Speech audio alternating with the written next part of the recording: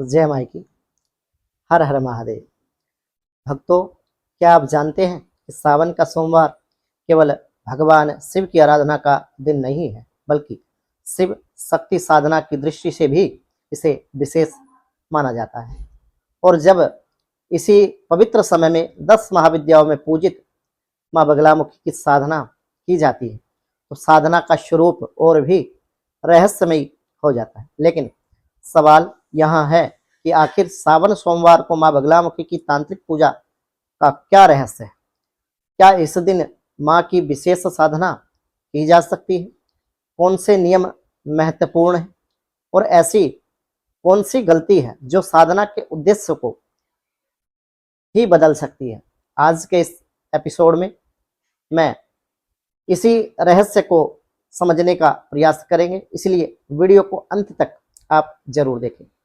सावन का संबंध भगवान शिव से माना जाता है और तांत्रिक परंपरा भगवान शिव को तंत्र के मूला आधार और आदिगुरु के रूप में देखा जाता है।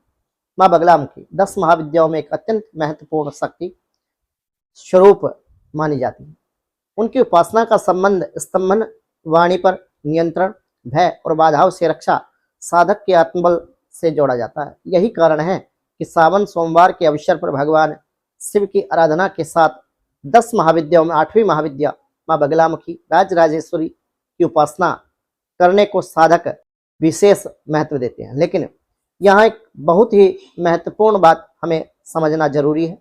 माँ बगलामुखी की सामान्य पूजा और तांत्रिक प्रयोग एक ही चीज नहीं है।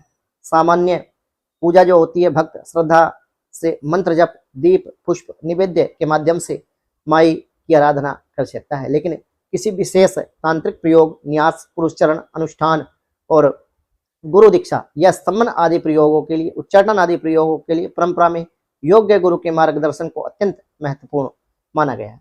यदि आप सावन सोमवार को घर पर माँ बगलामुखी की सरल सात्विक आराधना करना चाहते हैं, तो सबसे पहले पूजा स्थान को स्वच्छ करें और स्वयं भी स्नान आदि करके आप स्वच्छ पीले वस्त्र धारण करें, क्योंकि माँ बगलामुखी को पीला रंग अत्यधिक प्रिय है। भगवान शिव को जल अर्पित करें और उनका ध्यान करें।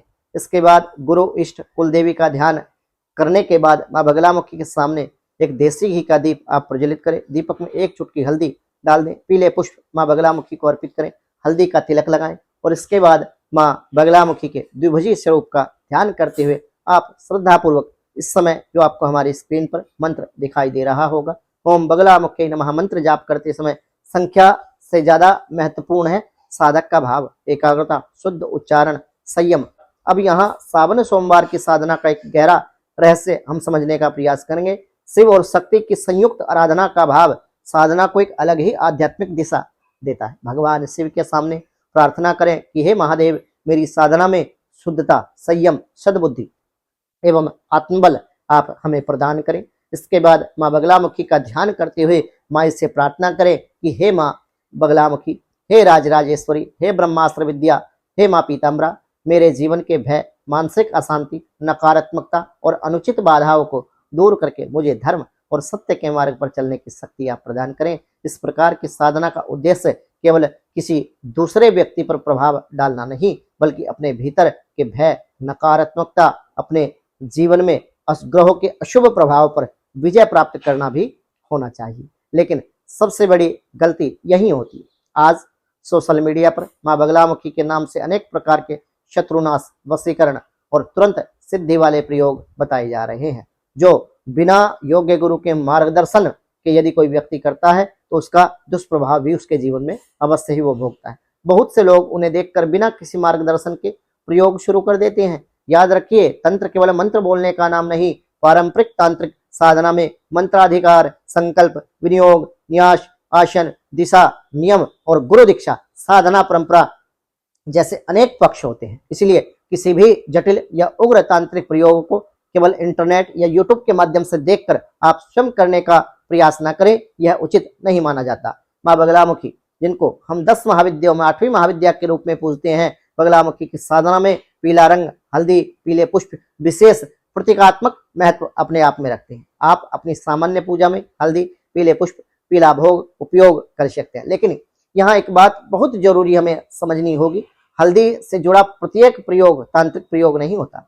साधना का उद्देश्य किसी निर्दोष व्यक्ति को नुकसान पहुंचाना नहीं, बल्कि अपने जीवन की बाधा जो होती है, भय होता है, नकारात्मकता होती है, तंत्र अभिचार आदि क्रियाओं का प्रभाव जो होता है, निगेटिव ऊर्जा होते हैं, ग्रहों का अशुभ प्रभाव होता है, मानसिक अस्थिरता से ऊपर उठना होना चाहिए। यही साधना के सकारात्मक और आध्यात्मिक स्वरूप को समझने का सही तरीका तंत्र शास्त्र में बताया गया है। तो सावन 2026 सोमवार की पूजा में आप सबसे पहले भगवान शिव का ध्यान करके उन्हें जल अर्पित कर सकते हैं। शिव मंत्र का आप जाप कर सकते हैं, जो इस समय आपको हमारी स्क्रीन पर दिखाई दे रहा होगा। ओम नमो भगवते रुद्राय हुम फट स्वाहा, इस मंत्र का 11, 21, 108 बार जाप करें। उसके बाद माँ बगलामुखी का ध्यान करके माँ बगलामुखी की पूजा आप करें और माँ बगलामुखी से श्रद्धापूर्वक सामर्थ्य के अनुसार आप माँ से प्रार्थना करें कि हे माँ, मेरे जीवन में जो भी अनैतिकता है, जो भी बाधा है, जो भी कष्ट है, जो भी संकट है, यदि मेरे जीवन में, मेरी कुंडली में